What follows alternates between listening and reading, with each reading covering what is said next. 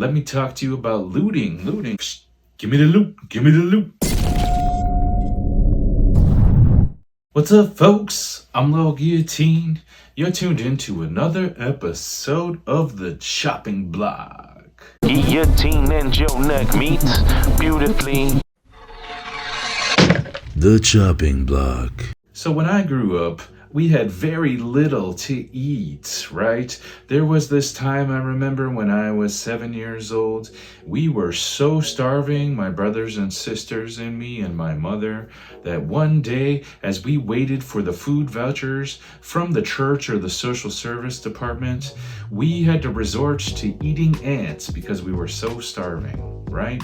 And so I want to talk to you about looting as a revolutionary act. A lot of folks claim that looting is a low-down, dirty criminal activity and there's no excuse for it. In fact, the media constantly use the fact that folks who were protesting against police violence over the summer and in years past are delegitimized and don't stand for nothing simply because they were looting stores like Target and other stores that got broke into during the uprising over the summer. This is not true. This is bullcrap because looting is a very political act, and I'll explain to you why I say that. We live in a society where private property is tantamount and central and pivotal to the system of capitalism continuing to survive and being able to derive profits from folks in it who are working. You look at the history of capitalism, you see the dispossession of the land from the peasants as being a necessary element in order for private property to prevail. Before any profits are able to be made, the capitalist needs to be able to own things. Otherwise, profits are not possible.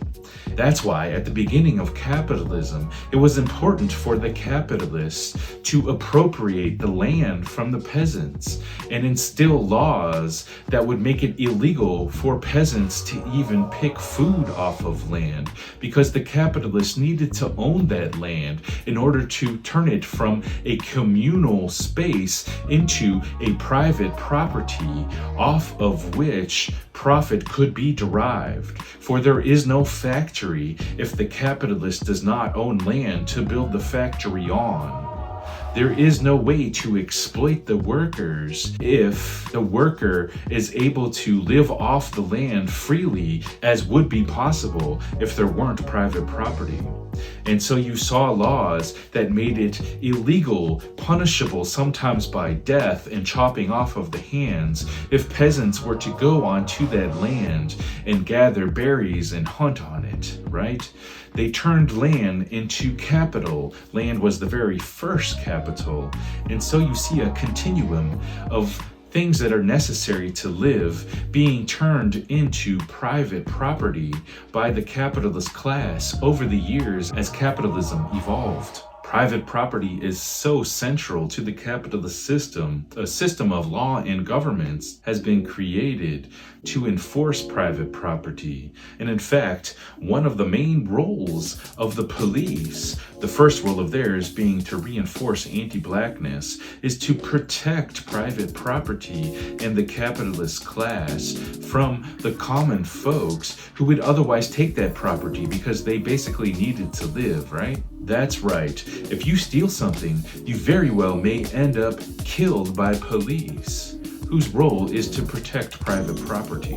And through private property, which is an essential element of the capitalist system, arose a system of racist oppression that the capitalist class needs to wield in order to prevent the working classes from rising up and taking over the capitalist white supremacist patriarchal system. That's right, they wield racism in such a way as to make hierarchies in society, to make whiteness and white folks feel like they haven't got the short end of the stick, even though the capitalist classes are oppressing white folks, although not nearly to the extent that they're oppressing other folks in society. Yes, the capitalist class realized that it could use the color of people's skin to stoke divisions in the working classes, reinforcing their rule over all those in society and cementing capitalism as a powerful system in society today, even though another system is possible. Another world is possible. And so you see, because of the capitalist system's reliance on private property, and because of the capitalist system's reliance on racism to divide folks, there is a direct connection between private property and racism, although it may not be obvious. And so, when folks loot, it's actually an act that goes against the fundamental property relations that result in racism in society.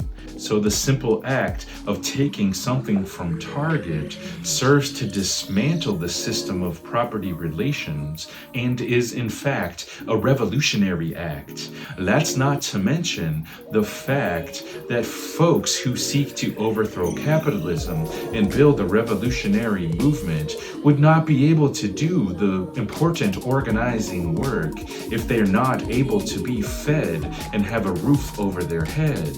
And so it benefits the movement to be able to expropriate private property from the capitalist class in order to feed the working classes so that they have the free time to engage in anti-capitalist organizing that ultimately results in their liberation. For if folks were not able to eat, folks would not be able to organize. And so it is a revolutionary thing when folks loot from Target and when they loot from other places. You may say, oh, but it's not food. But the simple fact of the matter is a vast majority of folks in this society do not make enough to survive paying the rents to the landlords, the criminal landlord class, if you ask me, and paying the capitalists for the necessities of food and water and medicine that the system of private property of capitalism holds over our heads, exploits us, and profits off of us for. So even if folks are looting televisions and video games, it is still a revolutionary act that contributes towards their ability to feed themselves, clothe themselves, buy medicine for themselves, and put a roof over their head. It displaces the cost that they would have to otherwise pay for a television or a video game and enables them to be able to afford to eat just 1 or 2 or 3 more days. Nobody's out there looting to start a business, and even if they are in the extreme minority. Folks are looting because they need resources and they're not available through the current system that only serves to oppress and keep people down. The more folks we're able to feed in society, the more folks are going to be able to organize towards anti-capitalist liberation. It is interesting how so many Americans can be fans of the story of Robin Hood, yet go out and say bad things when folks are looting during an uprising, looting stuff from multi-billionaire corporations who are members of the most powerful capitalist class and hold some of the largest wealth and contribute to the most inequality in society. Take that shit. We need it. You need it. I've personally been in situations where I was going to starve if I didn't shoplift some food. And I know countless millions of other Americans have been in that situation too. We should be encouraging folks to loot when they can get away with it so that they don't get in trouble with the state. We don't want anybody to end up in jail ideally, but we do need folks to be able to care for themselves and eat. Folks gotta eat before they can organize for liberation. Otherwise, there's no liberation.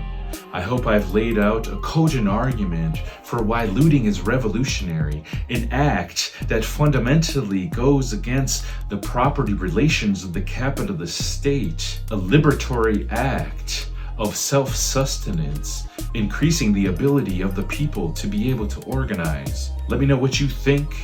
I know a lot of folks would disagree with me. Put in the comments if you think I'm full of it. Let me know if you agree. Let me know if you have any questions. Be sure to like and subscribe. I'm making videos every week. Don't miss out on that content. I'm Lil Guillotine. Thanks for tuning in. Peace out, y'all. Is the hat in the scene? Is it out of the scene? Which way do I? Gonna do a video now, but I'm not sure what of. Let me look at my notes. Gimme to take it, a gimme to take it, a gimme.